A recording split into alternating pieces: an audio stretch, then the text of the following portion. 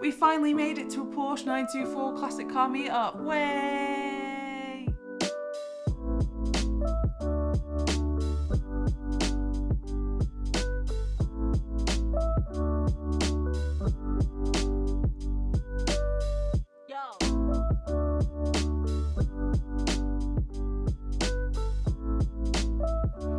So it is early morning and we are about to start the run. Pip's just checking tyres and then he's going to run in, grab us some water and some supplies, snacks for the journey. We've got about 2 hours before the start of the run, so it's early. It's not that early. It's early for a Sunday. Hold up. Right, so the last time you hopefully saw, I did a part 1 and 2 of fixing the car, and if you haven't seen it, make sure you go watch it. So if you have, then you'll know that it failed its MOT. It failed its MOT on the brake pipes and some other things, and what we did was we actually put it into the garage to fix. Pip rang me up and was like, should we fix it or should we get the garage to fix it? I was like, we can fix it, it's fine. And then he was like, oh, I think we should get the garage to fix it. And I was like, oh, no, I think we can fix it. It'll be fine. We get to experience it, blah, blah, blah. And he was like, no, I think we should get the garage to fix it. And I'm so glad he did say that because we didn't really have the time. It was like cheap for them to fix it. It was more important for us to have the car on the road because there were so many other things to fix in that car. Like, that was just not one thing that we had to fix. So we got it in for its MOT again and it passed. Way! So it meant that we could just catch the last 924 Owners Club meetup for this year. So back to the film. Oh, it also meant that it passed with no advisories, which means it's got a full clean bill of health, and that was the last MOT because hopefully it will be taxed and MOT exempt because in the UK it can be historical status. Yay! Okay, back to the meetup, back to the classic car park, back to the road. I don't know. It was a really nice long drive to the meeting point and somehow we managed to catch the beautiful October weather, which I don't know how we managed that. I'll just open them. Like, be able to open them. I'd love to open the window. I'd love to open the window. Not today. We've already had the car 5 years. I'd love to be able to open the window. Might get it for you for Christmas.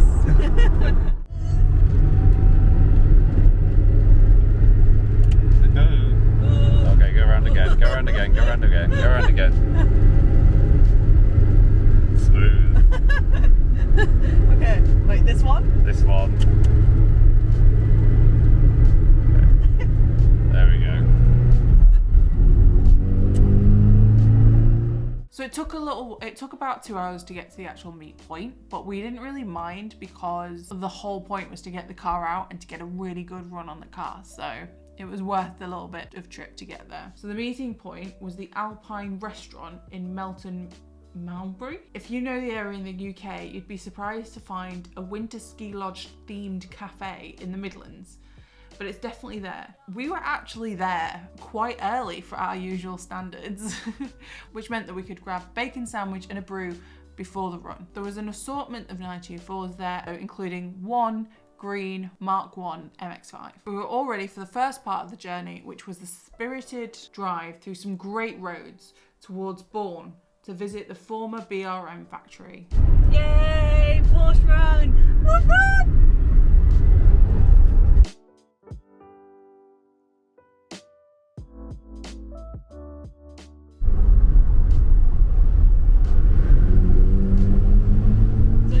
Our first stop was Auction House in Bourne. Whilst interesting in itself, looking at all the different lots, it's a significant location in motorsport history as it's the former British racing motor factory, BRM. BRM competed in Formula One from 1951 to 1974, with the team and driver Graham Hill becoming champion in 1962. The team built a lot of its own engines to its own ambitious designs, including a 1.5 litre supercharged V16 and later some 3-litre H16s. Whilst it wasn't as successful as some other British teams of the era, such as Cooper or Lotus, they were able to win 17 races in their time in Formula One, and many other big names joined Hill along the way, such as Jackie Stewart and Nicky Lauda. I don't know if I'm saying those names right. Most areas in the factory, which were made up of multiple premises in the middle of Bourne, remains standing today, as does the former home of the team's founder, Raymond Mays, as we also visited, as it's just at the back of the factory. The current owners do tend to make some museums and do a lot more preservation and celebrate the history. After a quick look round and a catch up, a few photos, it was back onto the road and onto the next leg of the journey, the Bubble Car Museum.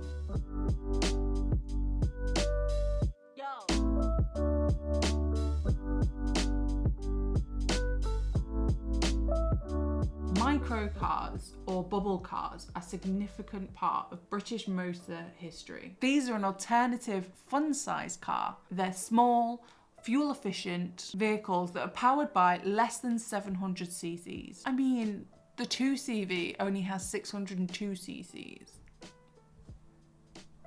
Just saying. I mean, that's a great car to ride, so. That's a great car. There are over 50 cars on display in the museum, most from the 50s and 60s, but with a few more modern versions. We even managed to find a couple of Bambis, which were built in my hometown of Hull in the 80s. Who knew? It was really fun to visit the museum. There's a selection of motorbikes and displays showing what shops and homes were like in that era, as well as mock-up petrol stations and a scrapyard, making use of some of the models a little bit beyond saving. After the tour, we had a quick cup of tea and we had a look at the gift shop where I got this little thing. Look, it's a little homemade like 2CV thing. That was so cute. It's made from like recycled material, sort of tin things, cans. I don't know, I just fell in love with it and had to have it. We had a long tea break and before heading to our final stop, V8 pit stop. So the V8 pit stop, Ed, who organised the run, hyped up this food. So expectations were high. And they were met. He was very right. He was correct. So despite looking like a service station spa shop, you're suddenly in a large, open smokehouse restaurant and where all the seats and tables and booths are made out of iconic classic cars. There were Minis, Ford Mustangs, Ferraris, a Fiat 500, even a Mack Ray replica Subaru. We sat in the Lincoln. Some of the other cars were taken. I'm not going to say better cars, but some of the other cars were taken that would look quite fun. There was a little truck that was really fun and cute, but it was like a 2-people seat. And then the food. Oh, so I got a Southern Fried Chicken burger. It was so good. It was so delicious. I think it was the best Southern Fried Chicken burger I've had ever. It was amazing. It was delicious. Pip had this sort of hamburger, was really quite spicy. It could have been the V8 burger. It had teriyaki. It was a delicious burger. Had some of his, obviously. He had some of mine. We share a lot because whenever we can't decide, we just share each other's food. We got these loaded fries. It said loaded fries with burnt end bits, but it was like crispy bits of pork on like barbecue-y sauce on this fries. It was delicious. It was so delicious. So for the car ride home, we got a milkshake to share and I might have ate it all.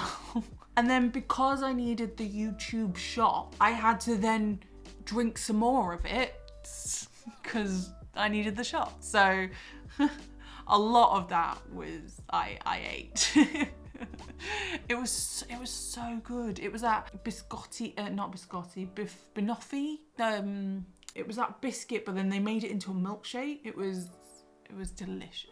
It was really good. And then we had about an hour and a half home, so it was really nice. I was getting a bit tired after all that sort of driving, but it was just a really nice drive home, really relaxed. Pip managed to get a shot of the pretty sunset, like going over all the bridges. It was a really nice just trip back. So I just want to say a massive thank you. Thank you to the Porsche 924 Owners Club for organising the meetup, and especially Ed, who did a lot of the organisation. Every event goes amazingly smooth because he is on it with the organisation. And thank you to Pip, my boyfriend, who was a really good cameraman. I couldn't film and drive, so he was just doing the driving. He was just the cameraman for the driving, so he did really well. And to the other owners who let me run around and try and get B-roll shots of their shiny cars, because their cars were nice and shiny and beautiful examples of 924s, not my car. Like, our car was the shabbiest car there, but it didn't matter because it was just there, and Goldie ran perfectly throughout. She was a dream. It was a dream to drive. It didn't feel that stressful to drive, or it was just a comfortable drive. It was a really good day out.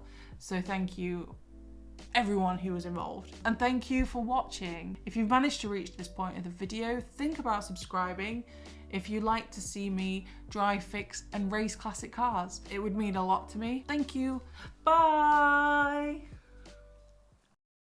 Golding, Young and Mora? Golding, Young and Mora auction house. Like recycled material, sort of tin things. Sort of tin, I guess, like.